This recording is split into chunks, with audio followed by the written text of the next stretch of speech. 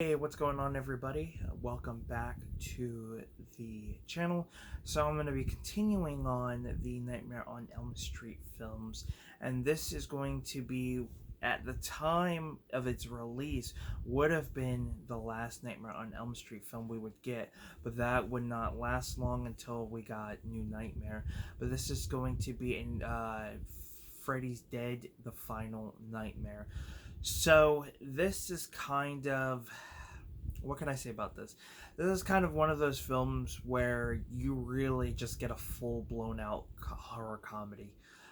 You get some great cameos from the likes of Alice Cooper. We get Roseanne Barr, or at the time, she was Roseanne Arnold, because I think she was married to Tom Arnold at the time, because Tom Arnold does have a cameo in this.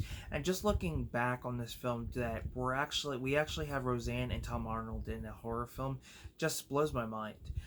We also get a small little cameo from Johnny Depp. I mean, the man who, started his career was in the first Nightmare on Elm Street film, so it was really nice to see him return just for a small little appearance. And Breckin Meyer, of all people, he's well known for doing a lot of comedy films in the 90s. He's in Rat Race, he's in Road Trip, he is in a few television shows, he's in Clueless. I mean, his whole filmography is just absolutely amazing. Whether he plays the main character or just some side character, or not. I'm not sure what they call the side characters, and I don't think they're like supporting characters. But nonetheless, it was really cool to see him in this. So, you have this young man. He ends up, hitting his head and has no idea where he's at. Um, all he remembers is battling Freddy. And he is eventually the last basically he's the last teenager in Springwood, the last Elm Street kid. uh, and during this whole time, he trying to figure out what's going on, and who he is, and try to get his memory back. He meets this young woman who's kind of this, I want to say she's like a counselor or a child services type of person. And she has these other kids that she works with, and they all have their own personality. You got one kid who's deaf, and basically things start to lean towards that one of the kids, he thinks that he could be Freddy has a kid. And the main lead at this time of the movie, at the beginning of the movie, thinks that he might be Freddy's child. But that's not the case. Freddy does start to take out his victims one by one, and you do find out that this lady, this teacher or counselor or whatever she is actually Freddy's daughter, and you do get a little backstory, and she kind of starts to remember a lot of things.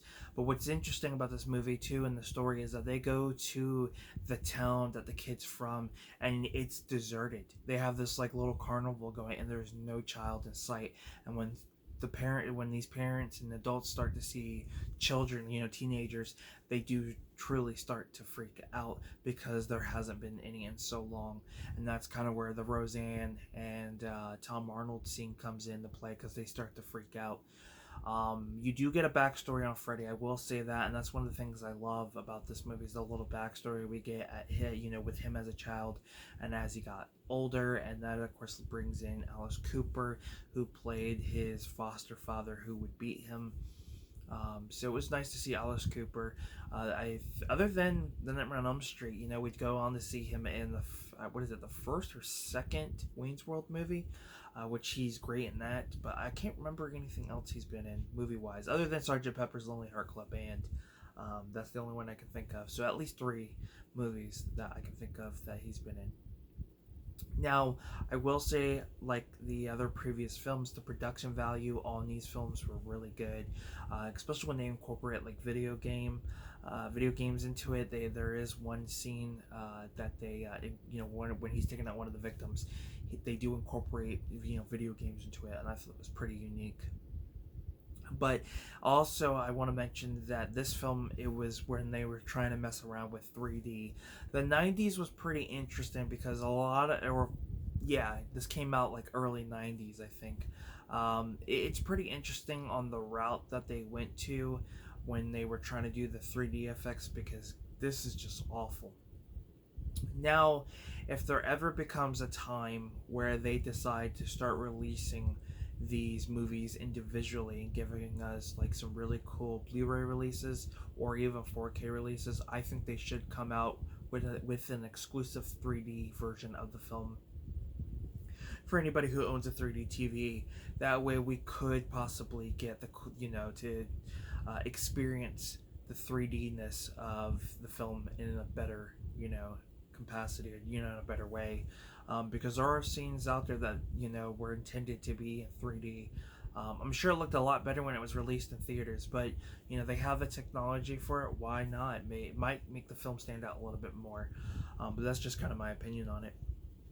Now, the chemistry between everybody. One thing I love about movies is you gotta have chemistry within the characters. It's gotta be believable.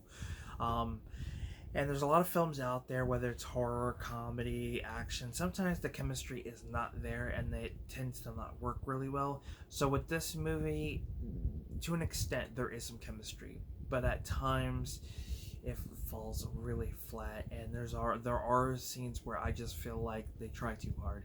And yes, there is more comedy in this one. This one's kind of where everything is full-blown comedy at this point.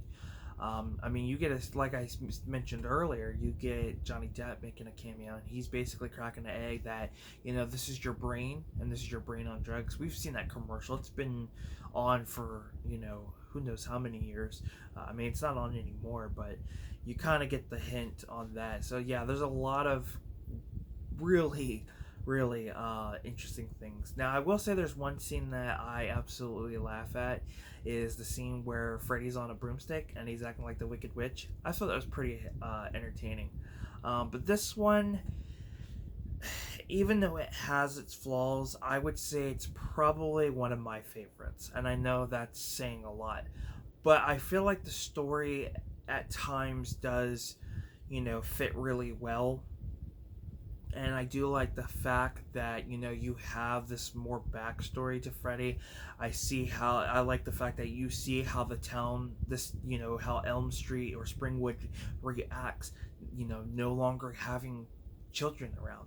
I thought that was pretty interesting. So yeah, the concept is there. At times it's decent, but at other times it's just, the script's a little all over the place at moments, and then the chemistry is not always there. So, but nonetheless, it's I would say it's still just a fun sequel. And like I stated before in my other two reviews, I didn't care for the Dream Master or the Dream Child. Those films just really bored me, and this one I thought was fresh to an extent. It does have its flaws, but I still find it to be a little bit entertaining than the two previous films. So with that being said, that is my review for Freddy's Dead: The Final Nightmare, which at that time would have been the last Nightmare on Elm Street would be the last Nightmare on Elm Street film until we get New Nightmare in '94. So thank you guys for tuning in. Let me know what your thoughts are on this movie. Don't forget to give this video a like, subscribe to the channel, and with that being said, guys, I am Film Talk with Mikey, and until next time, we'll talk films.